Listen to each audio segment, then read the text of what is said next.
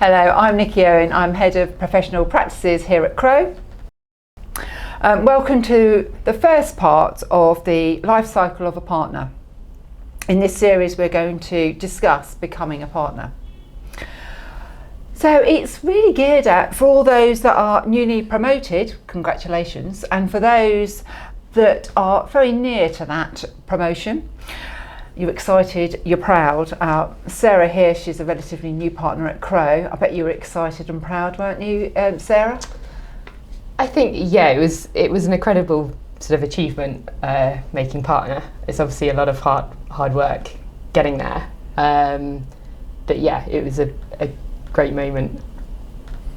That you'll treasure, and you'll always remember when you became a partner, and that cohort that you became a partner with. Phil and I, we became partners at the same time. So yeah, there's that connection in that respect. It's not just about you when you become a new partner. It also has an impact on your family and friends. They're probably really relieved that you've reached that goal that you had. But with that sense of achievement, there is that nervousness. I'm sure you'll agree with me here, Sarah. Oh no, what does that mean, becoming a partner? You can no longer hide behind that partner that you have done in the past. You need to make decisions. The buck stops with you. And that in itself can be really super scary. The pressure is on you to get it right. People are looking up to you. In fact, there's people behind you looking up at you thinking, I want that position. You know, that's their goal. And as partners, we have to, help them up to take that step up.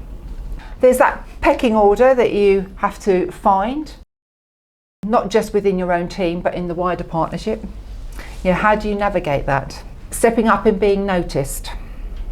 It's all things that you have to do to get outside of your comfort zone and make an impact on becoming a partner. I think one of my pieces of advice is to respect those around you, to listen what they've got to say, size it all up, step back, and have your comment. You've earned it. Right? You've been invited to that table. Right? We want to hear your voice. And there's also that need to change your mindset from being an employee to being a partner. You have to think partner, not employee. No more salary. You're an owner of a business and you're not an employee, and you have responsibilities that you didn't have before. So today I'm joined with Sarah Riches, a new partner, a relatively new partner at Crowe. Phil Smithies, who's also a partner at Crowe, but with his other hat on being head of our financial planning team, yep. And Duncan Hainsworth, who specialises in partners and partnerships down in our Cheltenham office. Well, thank you very much for joining us. Becoming a partner is scary. There's no more employment protection, no more salary every month. You have drawings, no more job security. What's the risk and what's the reward? You don't know that until you've gone through at least a year. There's lots of questions you may have, and that's about how do you put capital in the business? Do you take out a bank loan? How and when will you get that back? How does that affect you buying a house in the future? What if the firm goes bust? I'm not sure that everybody thinks about that when they first become a partner. Duncan, new partners, they always have loads of questions. Yep. Where do you start? I think the most important thing for a new partner is just to get to grips with what's changed.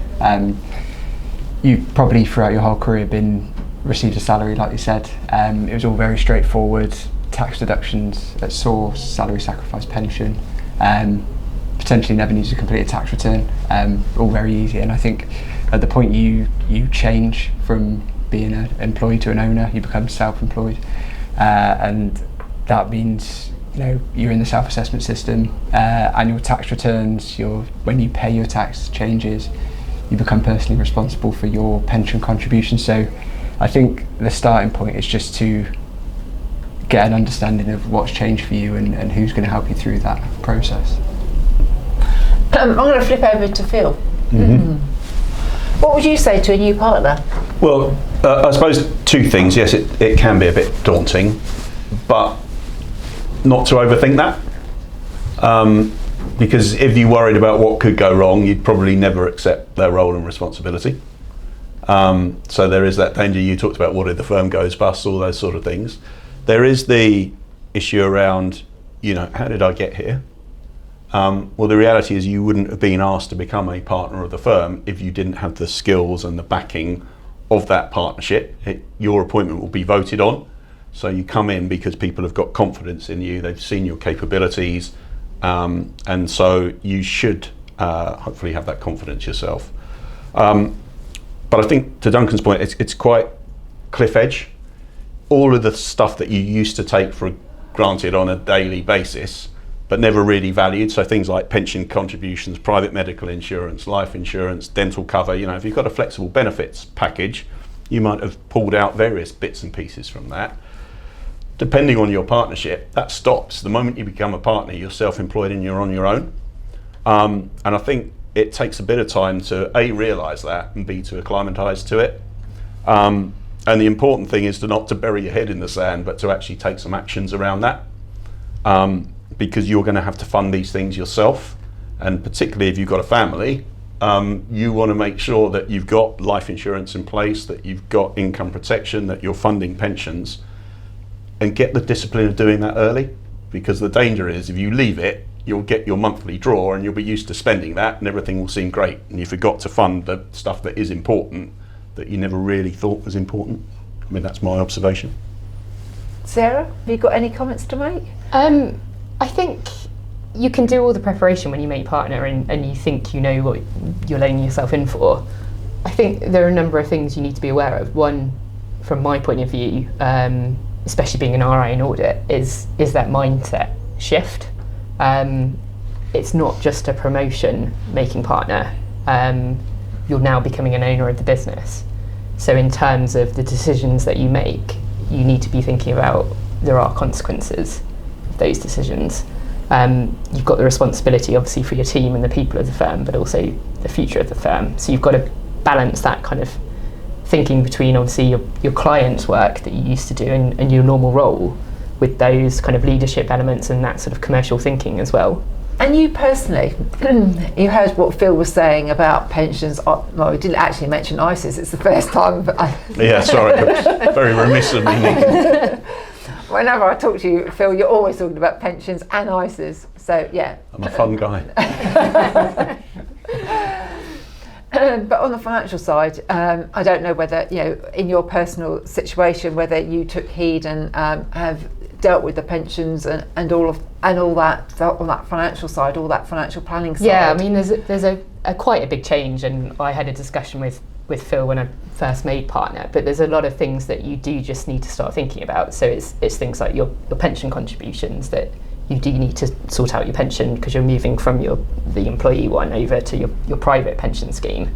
You need to obviously think about, there's other things like your life insurance, critical illness insurance, ISAs, and then just obviously doing your tax return as well. There's a lot of things that are very different. And there's a lot of there's a lot of things that you don't quite realise. You think you know how the sort of allowance works and your profit share, but until really you get your sort of first letter and it goes through with the sort of distribution and you work out your sort of tax calculations and things, there's a lot of things that are just new. So you need to be chatting to people and asking for that sort of support when you're a new partner as well. And did you find it was easy to have that conversation? Did you find a partner that you could speak to? Yeah, I mean that's the thing. I mean, I had a conversation with Phil, but there are also lots of other new partners as well that we're all going through a similar process together. So it's important to build up your sort of close allies with those new partners, but also chat to a lot of senior partners that have the experience and have been doing this for 20 years. So the key is reaching out and asking lots of questions. Duncan, what are the typical financial commitments involved in becoming a partner? So I think each partner, when you join the partnership essentially has sort of 3 accounts within the business.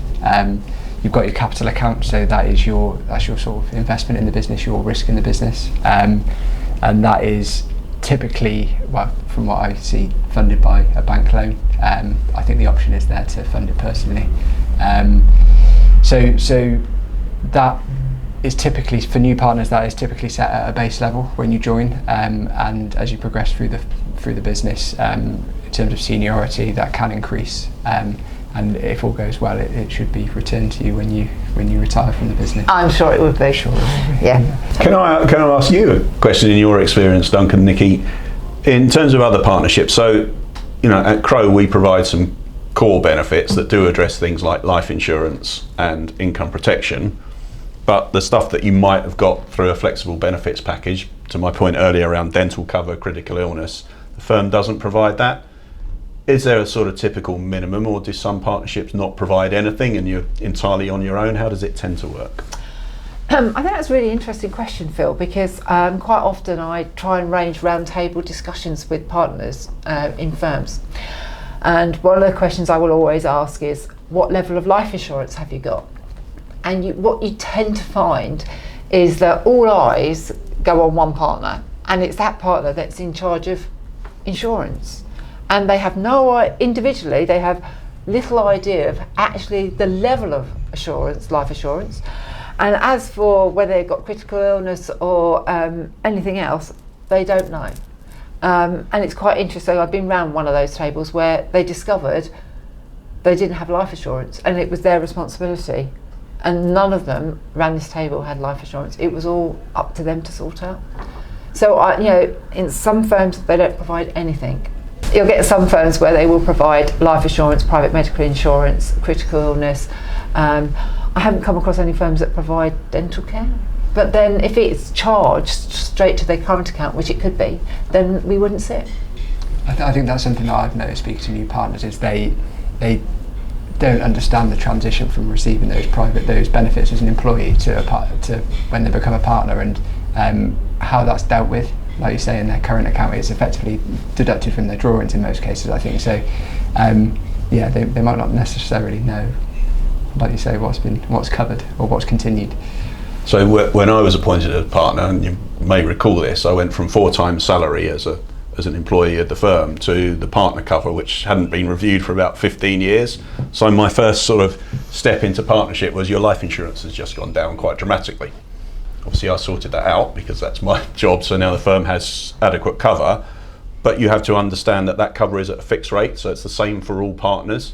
And what you need to assess is does that cover meet your needs? If you've got mortgage commitments or school fees commitments, the partnership cover is sort of provided to provide a base level of protection, so that should something happen to you, we can support the families. And tragically, we've had claims while I've been at Crowe on our life insurance policy. But actually you do need to understand what you've got, and is it enough? And if it's not enough, that's where you need to go out and seek your own private cover to bridge that gap. Yeah. You can't just assume it's being taken care of. No, and I think with partners there is a degree of assumption, or actually you've got so much going on that, busy people. Yeah. Sarah, is there anything that you wish you'd been told about before you became a partner? I think the biggest thing is that mindset shift. You need to be aware of that you are now owner of the business. I think it's the importance of also building up those relationships with your fellow partners, understanding why they think certain things, what their priorities are, and also understanding the sort of internal politics within the partnership as well. Has that been a bit of an eye-opener? It's interesting because you go to a number of partner meetings and things like the AGM, and there are lots of discussions that have obviously been taking place that you haven't been part of for the previous few years, and you need to get that sort of understanding of those discussions that have been taking place and why perhaps people have certain views. And yes, there are lots of kind of discussions that you've never heard of before and people's viewpoints, which you need to take on board and listen to everyone's opinions. So an enjoyable, interesting journey, shall we say? Yeah, I mean, it's very interesting, very enjoyable. I think every day is different, which is why a lot of partners, we really enjoy our jobs. There's the client side of work, but also the sort of leadership and strategic side as well, and having that sort of control over the future direction of the firm as well. One of the things I feel that new partners struggle with is becoming a partner and stepping away from that senior manager, director level, because you can't just switch instantly. There may not even be anybody behind you to step into the role that you were doing previously. So it's really difficult to get the right balance and to get the right work-life balance in that respect as well. How have you found that, Sarah? Yeah, I mean, it does take time. I mean, you've got a number of clients that you do transition out of, so there will be a series of months where you're handing it over to a new senior manager or director below you. So you've got to work with that team closely whilst also you're building up your own client base as well. So there's quite a busy period where you're in that transition phase.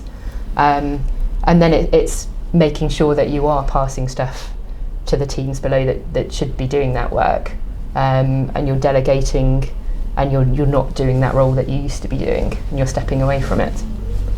And at times you can feel as if you've stepped a bit too far, and you can feel that you've got that imposter syndrome.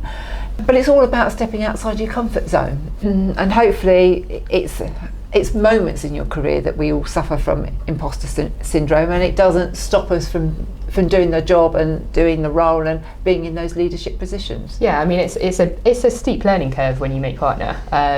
You've got a new client base, there are lots of new ways of working, and there's new policies and sort of procedures, and you've got to get used to sort of things that are going on in the partnership that you're new to. So it's quite an uncertain time. I think the key is to build that sort of network of close people around you, reach out to a lot of other partners, ask the questions, and listen to what's going on as well.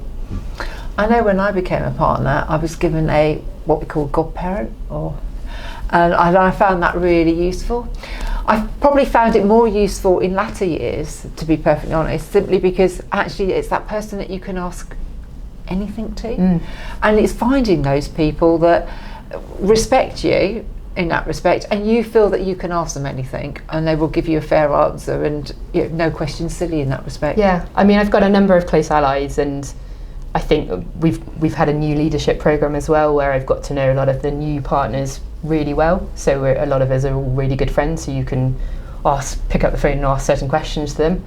But then likewise, I've got other people that are more senior in the partnership that you can reach out to, and they're always there for asking those what you call silly questions, and they've always got some good sort of advice and responses. I would add to that, Nikki, because obviously when you come in as a new partner, it's a new experience for you. But we've got, as you like to term them, seasoned partners, of which I'm now one, who, probably whatever you're going through and you're experiencing, people in that hierarchy will have been through and experienced themselves, and to be able to draw off that is really important. And so to be able to reach out and ask about having these shared experiences. I mean, I went through a really difficult time about 10 years ago with an issue that I was dealing with, and I became very sort of self-absorbed in it, and it started to really affect me. And I had a chat with one of our senior partners who just said, just take a step out, Phil, and get a sense of perspective around the magnitude of this, the importance of it. It wasn't my fault, but I was trying to sort the problem out, and that was so helpful, because I immediately felt I'm not alone, somebody else has been through this, and that really helped me to deal with it. I think that's key, actually. You're not alone. You've got a cohort of partners that all want you to succeed. Is there anything else you would, any tips that you would give a new partner on managing their financial affairs? On managing their financial affairs is just to get into good habits early on. Understand what you've got, pay attention to what you have, and think about that balance, as I've talked about in previous sessions, around you've got to cut yourself some slack and have some fun, but you also need to think about your financial future and the opportunity to save for that. I would also say, don't be too daunted by the whole process. I think if you can definitely overthink being a partner. Have the confidence in yourself. You wouldn't be at that level if you weren't trusted by the people around you to join the partnership. So it takes a while, but you should have that confidence almost from day one, because otherwise you wouldn't be there. And so just back yourself to go through that journey with your fellow partners. I mean, just adding to that, I think your confidence develops very quickly.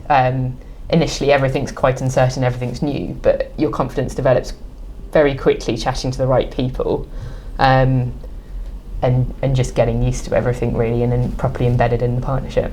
I think partners are really pleased that you've joined the cohort.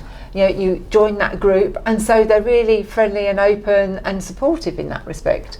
Because I know when you're first made up to a partner, you get all these partners coming up to you, congratulating you, and it's a great feeling, isn't it, Sarah? Yeah, I mean, it's really wonderful. Everyone's really supportive and kind of welcoming into the partnership.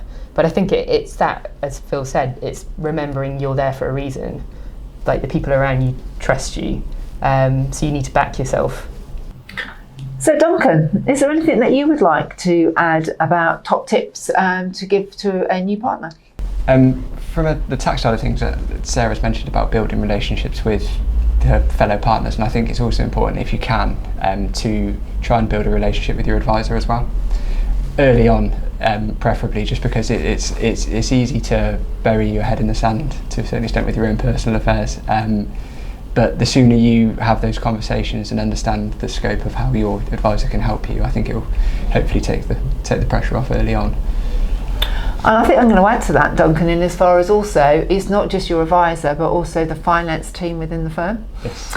And also, don't leave it until January to do your tax returns. Do you agree? For everybody's sake, yeah. Yeah, absolutely. Because let's face it, the firm has to usually pays the tax on behalf of the partners, and the firm wants to know what they need to pay at the 31st of January as soon as possible. And if you're the one that's holding up that tax payment schedule, that's not good, is it? And also for you as well personally, if you leave it too late, then you've got less time to adjust for any issues potentially with the amount that's been reserved.